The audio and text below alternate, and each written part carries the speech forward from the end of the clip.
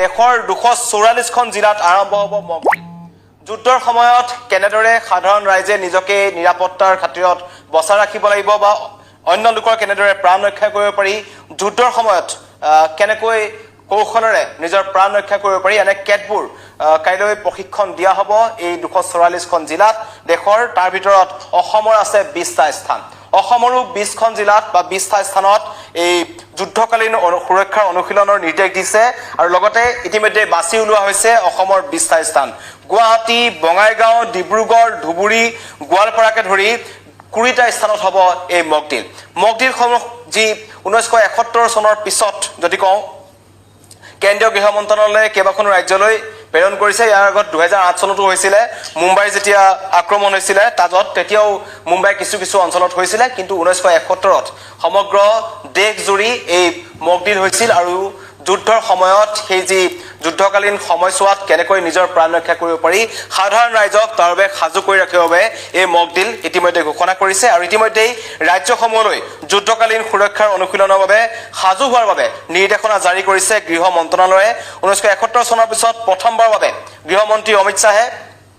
কেইবাখন ৰাজ্যলৈ সামৰিক অনুশীলন চলাবলৈ এটা নিৰ্দেশ জাৰি কৰিছে লগতে কৈছে যে যুদ্ধৰ সময়ত ল'ব লগা প্ৰস্তুতি সাধাৰণ ৰাইজৰ সুৰক্ষা সম্পৰ্কীয় অনুশীলন এইসমূহ সুৰক্ষাৰ খাতিৰত এই নিৰ্দেশনা জাৰি কৰা হৈছে লগতে ছাত্ৰ ছাত্ৰী আৰু সাধাৰণ জনতাকো প্ৰশিক্ষণ দিয়া হ'ব এই মক ড্ৰিলৰ সময়ছোৱাত সকলোৰে মনত প্ৰশ্ন হৈছে মক ড্ৰিলৰ সময়ছোৱাত কেনেদৰে প্ৰশিক্ষণ দিয়া হ'ব বা প্ৰশিক্ষণ কোনে দিব ইতিমধ্যে আমি দেখিছো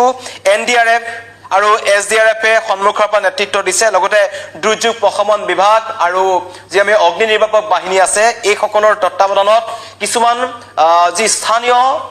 কিছুমান গোট আছে যেনেকৈ VDB পাৰ্টি হ'ল NCC কেডাৰসকল আছে যিসকলে সুৰক্ষাৰ খাতিৰত আমি সাধাৰণ কিছুমান কামত দেখা পাওঁ আমাৰ যেনেকৈ দুৰ্গা পূজা হওক বা বিহুৰ সময়ত কিছুমান যি NCC কেডাৰসমূহ আছে যিসকলে সুৰক্ষাৰ সৈতে জড়িত হৈ আছে তেওঁলোকক কিন্তু এই মক ড্ৰিলসমূহ প্ৰদান কৰাৰ ক্ষেত্ৰত তেওঁলোকে সন্মুখৰ পৰা নেতৃত্ব দিব বুলি ইতিমধ্যে কোৱা হৈছে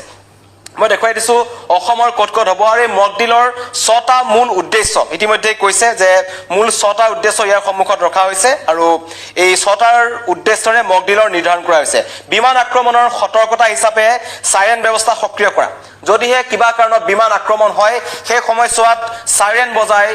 সাধাৰণ ৰাইজক সজাগ কৰিবলৈ চেষ্টা কৰা হ'ব আৰু তাৰে কালি এটা প্ৰশিক্ষণ বা পৰীক্ষা আগতীয়াকৈ আমাক দেখুওৱা হ'ব সাধাৰণ নাগৰিকক দেখুওৱা হ'ব যুদ্ধৰ সময়ত যদি কিবা কাৰণত শত্ৰুপক্ষই বিমান আক্ৰমণ কৰে তেন্তে ক'ত গৈ আপুনি নিজকে লুকুৱাব বা আপোনাৰ ঘৰৰ পৰিবাৰৰ লোকসকলক লৈ আপুনি ক'লৈ আঁতৰি যাব তাৰ প্ৰশিক্ষণ কালি দিয়া হ'ব নাগৰিকৰ সুৰক্ষাৰ স্বাৰ্থ এইটো এটা অন্যতম গুৰুত্বপূৰ্ণ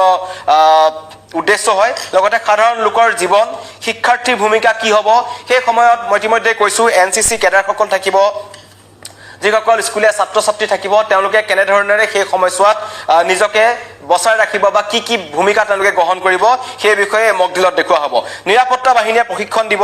ব্লেকআউট হ'লে লাইটবোৰ ৰুমাই গ'লে ব্লেকআউট হ'লে জৰুৰীকালীন পৰিস্থিতিত কি ব্যৱস্থা ল'ব লাগিব কি কৰিব লাগিব সকলো প্ৰশিক্ষণ দিয়া হ'ব কিদৰে উদ্ধাৰ কাৰ্য চলাব পৰা যায় কিবা কাৰণত যদি কোনোবা এটা অঞ্চলত বোমাবৰ্ষণ হৈছে সেই অঞ্চলত যদি ক্ষতিগ্ৰস্ত লোক বা আহত লোকসকল লুকাই আছে বা তাত আবদ্ধ হৈ আছে তেওঁলোকক কেনেকৈ উদ্ধাৰ চলাব পাৰি বা উদ্ধাৰ কৰিব পাৰি তাৰ ওপৰতো আখৰা কৰা হ'ব গতিকে ইতিমধ্যে দেওবাৰে বিয়লে আমি দেখিছিলো পঞ্জাবৰ ফিৰোজপুৰত ব্লেকআউট মক ড্ৰিলৰ পিছত শ্ৰীনগৰটো SDRF এ মক ড্ৰিল কৰিছিল ব্লেকআউট মক ড্ৰিল কৰিছিল গতিকে সমগ্ৰ দেশত চলি আছে ইতিমধ্যে কৈছো 244খন জিলা চিনাক্ত কৰা হৈছে যিসমূহ অঞ্চলত আক্ৰমণৰ সম্ভাৱনা আছে বুলি ভাবিছে আৰু অসমৰ জিলাকেইখনো জনাই দিছো যে এই মক ড্ৰিলৰ ব্যৱস্থা কৰিছে 20টা স্থান ইতিমধ্যে কৈছো 20টা স্থানত হ'ব দিছপুৰতো আছে গুৱাহাটীতো হ'ব দিছপুৰত অসামৰিক প্ৰতিৰক্ষা বাহিনীয়ে মক ড্ৰিল চলাব কালি দিনটোত সাইৰেন বাজি উঠিব আপোনাৰ অঞ্চলতো সেইখিনি সময়ত সকলো সষ্টম হ'ব বঙাইগাঁও ডিব্ৰুগড় ধুবুৰী গোৱালপাৰাতো হ'ব মক ড্ৰিল ইতিমধ্যে দিছপুৰ আছে লগতে এইখনটো হ'ব গোৱালপাৰা যোৰহাট শিৱসাগৰটো হ'ব গতিকে এই অঞ্চলসমূহ চিনাক্ত কৰা হৈছে দেশৰ 244টা স্থানৰ ভিতৰত তিনিচুকীয়া তেজপুৰটো হ'ব যুদ্ধকালীন সুৰক্ষাৰ অনুশীলন অত্যন্ত গুৰুত্বপূৰ্ণ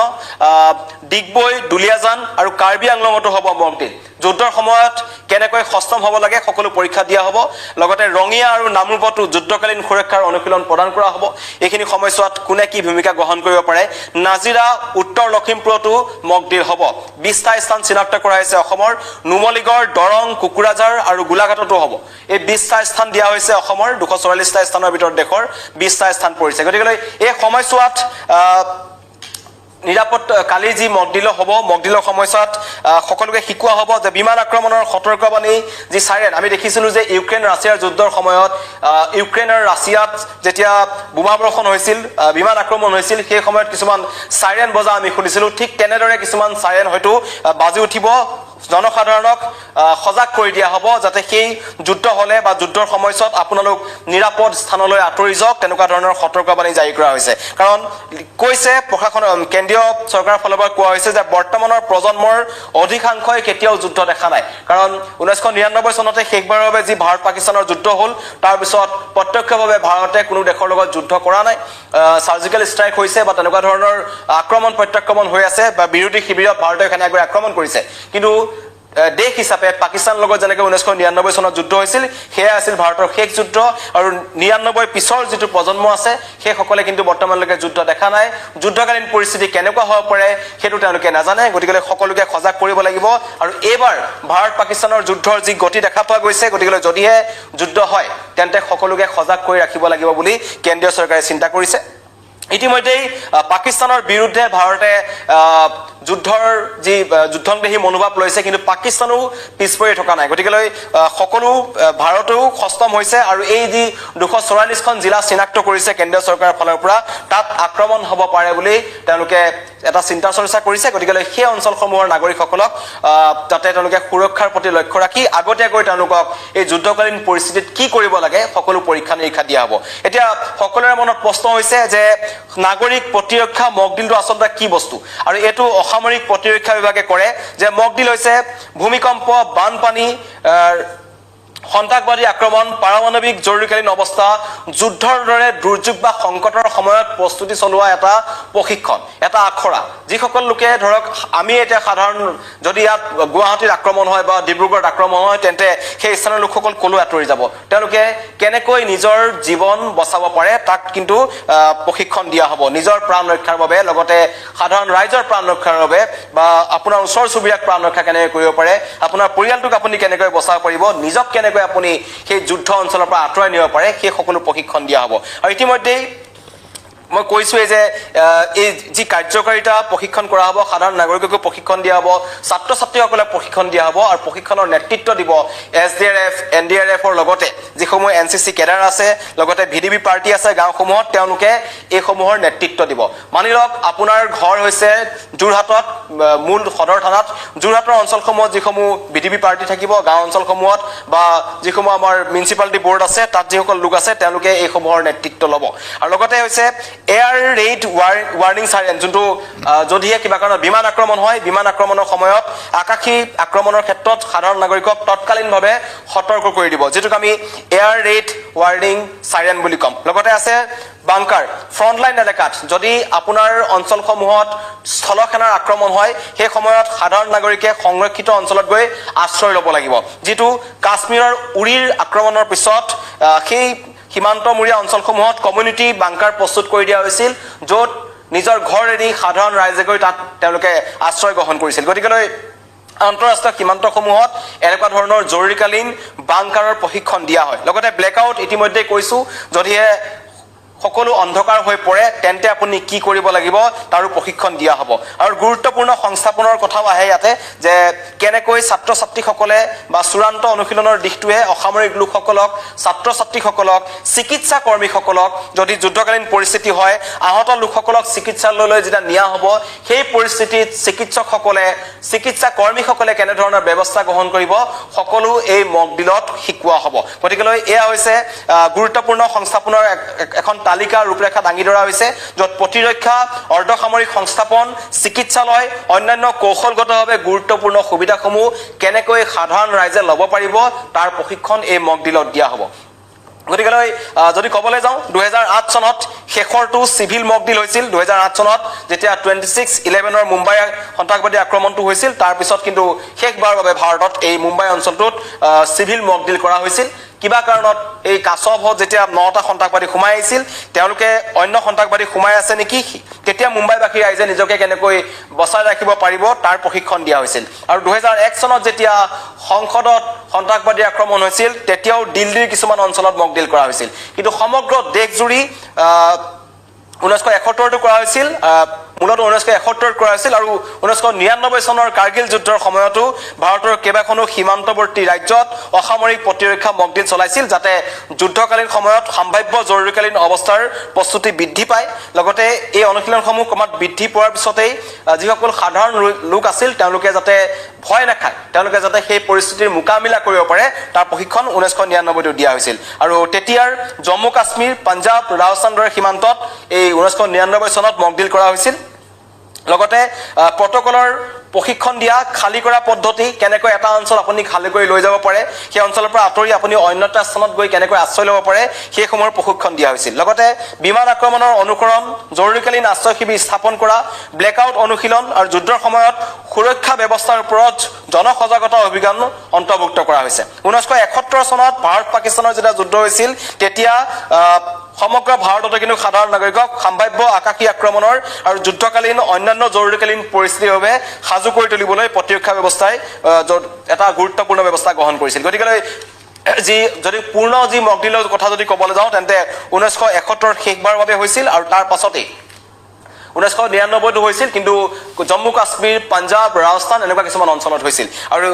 মুম্বাইত যেটো হৈছিল ব্লেকআউট প্ৰটকল অন্তৰ্ভুক্ত কৰা হৈছিল যে 13টা নিশা সম্পূৰ্ণভাৱে ব্লেকআউট কৰা হৈছিল যাতে শত্ৰু বিমানেৰে আক্ৰমণ কৰিলে আপোনালোকে কেনেকুৱা ধৰণৰ ব্যৱস্থা গ্ৰহণ কৰিব পাৰে আৰু 1962 চনত চীনা আক্ৰমণৰ সময়তো বিশেষকৈ উত্তৰ পূৰ্বাঞ্চলৰ তেজপুৰকে ধৰি আমাৰ যিসমূহ অঞ্চল আছিল সেই অৰুণাচল হ'ল তেজপুৰ হৈ গ'ল বমদিলা হৈ গ'ল এই অঞ্চলসমূহত কিন্তু প্ৰশিক্ষণ প্ৰদান কৰা হৈছিল যাতে চীনে যদি ভাৰতক আক্ৰমণ কৰে সেই সময়ছোৱাত এই চিন্তা চৰ্চা কৰা হৈছিল এতিয়া কাইলৈ আপোনাৰ অঞ্চলত সাইৰেন বাজি উঠিব পাৰে কিন্তু আপোনালোকে ভয় নাখাব কাৰণ হেতু হৈছে যুদ্ধকালীন পৰিস্থিতিত আপোনাক নিজকে কেনেকৈ বচাই ৰাখিব পাৰে বা আপুনি অন্য 10 জনৰ কেনেকৈ প্ৰাণ ৰক্ষা কৰিব পাৰিব তাৰে প্ৰশিক্ষণ দিয়া হ'ব আৰু বিশেষকৈ আকাশী আক্ৰমণৰ যদি যুদ্ধ বিমান আক্ৰমণ হয় বিমান আক্ৰমণৰ সময়ত কেনেকৈ সাইৰেন বাজিব যদিহে ফ্ৰণ্টলাইন এটেক হয় তেতিয়া সেই স্থানীয় লোকসকল কেনেকৈ অন্য শিবিৰলৈ আঁতৰি যাব সেইসমূহ প্ৰশিক্ষণ প্ৰদান কৰা হ'ব কালিৰ দিনটোত আৰু তাকেলৈ এতিয়া চৰ্চা অব্যাহত আছে যথেষ্ট সংখ্যক লোকে চিন্তা কৰিছে যে মই অসমৰ যিকেইটা স্থানত হ'ব পুনৰ আপোনালোকক এবাৰ জনাই দিব বিচাৰিছো অসমৰ স্থানকেইটা 20টা স্থান চিনাক্ত কৰা হৈছে সমগ্ৰ দেশৰ ভিতৰত অসমৰ 20টা স্থান আছে মক ড্ৰিলৰ বাবে বিশেষকৈ আমাৰ গুৱাহাটীৰ দিছপুৰত হ'ব দিছপুৰত অসামৰিক প্ৰতিৰক্ষা বাহিনীৰ মক ড্ৰিল আৰম্ভ হ'ব সাইৰেন বাজিব আৰু সন্মুখৰ পৰা NDRF SDF এই সমগ্ৰ ইয়াৰ নেতৃত্ব দিব বঙাইগাঁও ডিব্ৰুগড় ধুবুৰী গোৱালপাৰাটো হ'ব যোৰহাট আৰু শিৱসাগৰটো মক ড্ৰিলৰ ব্যৱস্থা কৰা হৈছে আপোনালোকে কাইলৈ তাত যিসকল লোক যাব তেওঁলোকে চাব পাৰিব বিশেষকৈ ছাত্ৰ ছাত্ৰীসকলে তিনিচুকীয়া তেজপুৰতো যুদ্ধকালীন সুৰক্ষাৰ অনুশীলন প্ৰদান কৰা হ'ব ডিগবৈ দুলিয়াজান কাৰ্বি আংলঙতো মক ড্ৰিল হ'ব আৰু কেইবাখনো জিলা চিনাক্ত কৰা হৈছে বিশেষকৈ ৰঙিয়া নামৰূপ স্পৰ্শকাতৰ বুলি তেওঁলোকে চিনাক্ত কৰিছে নাজিৰা আৰু উত্তৰ লখিমপুৰতো হ'ব এইসমূহ অঞ্চল চিনাক্ত কৰা হৈছে অসমৰ আৰু নুমলীগড় দৰং কুকুৰাঝাৰ আৰু গোলাঘাট এইসমূহ 20টা স্থান অসমৰ পৰা দিয়া হৈছে গতিকে 1971 চনৰ পাছত পুনৰ 244খন জিলাত দেশৰ হ'বলৈ গৈ আছে লগতে মই ইতিমধ্যে কৈছো 2008 চনতো হৈছিল 2001 চনতো হৈছিল আৰু 1999 চনতো হৈছিল কিন্তু সমগ্ৰ দেশজুৰি হোৱা নাছিল এবাৰ সমগ্ৰ দেশজুৰি হৈছে কাৰণ ভাৰত পাকিস্তানৰ মাজত যুদ্ধ আসন্ন আৰু প্ৰস্তুতি তুংগত চলিছে যিকোনো মুহূৰ্তত আক্ৰমণ হ'ব পাৰে ভাৰতে যিদৰে আক্ৰমণৰ বাবে নিজৰ প্ৰস্তুতি চলাই আছে ঠিক একেদৰে পাকিস্তানৰ পিছ পৰি ৰোৱা নাই পাকিস্তানেও বাৰম্বাৰ ভাৰতক আক্ৰমণৰ ভাবুকি প্ৰদান কৰিছে যেহেতু সিন্ধু যি জল চুক্তি আছে যেটো বন্ধ কৰি দিছিল ভাৰতৰ ফালৰ পৰা তাৰ পিছতে কিন্তু তেওঁলোকে বাৰম্বাৰ কৈ আছে যে পাকিস্তানৰ যি পাইপ পানী হেতু যদি পাকিস্তানে নেপায় তেন্তে ভাৰতৰ ওপৰত তেওঁলোকে আক্ৰমণ কৰিব আনকি তেওঁলোকৰ এজন বৈদেশিক মন্ত্ৰীয়ে গৈ ৰাছিয়াৰ মস্কোত গৈ পেলাই তেওঁলোকে ভাৰতক পাৰমাণৱিক আক্ৰমণ কৰিব পাৰে বুলি বোমা পেলাব পাৰে বুলি তেওঁলোকে ভাবুকি প্ৰদান কৰিছে গতিকে পিছ পৰিব নাই পাকিস্তান আৰু সমগ্ৰ ভাৰতবাসীৰ চকু সকলোৱে কৈছে পাকিস্তানক এটা শিক্ষা দিব লাগে কিন্তু সময় বাগৰি গৈ আছে ইটোৰ পিছত সিখন বৈঠক চলি আছে বৈঠকৰ মাজতে কিন্তু সমগ্ৰ দেশজুৰি এই 244টা স্থান যি চিনাক্ত কৰা হ'ল এই 244টা স্থানক ইতিমধ্যে কোৱা হৈছে যে এই অঞ্চলকেইটাত যদি যুদ্ধ হয় তেন্তে শত্ৰুৱে আক্ৰমণ কৰিব পাৰে বুলি চিনাক্ত কৰাইছে গতিকে এইকেইটা স্থানত সকলোৰে চকু আছে 1971 পিছত যেটো হৈ আছে আৰু অমিত শাহে ইতিমধ্যে কৈছে যে এই অঞ্চলসমূহৰ ৰাইজক হস্তম কৰি তুলিব লাগে গতিকে কাইলৰ দিনটোলৈ সকলো সাজু হ'ব লাগে আৰু যিসকল লোক এই এনেকুৱা ধৰণৰ মক ডিলৰ বাবে যিসকল আগ্ৰহী তেওঁলোকে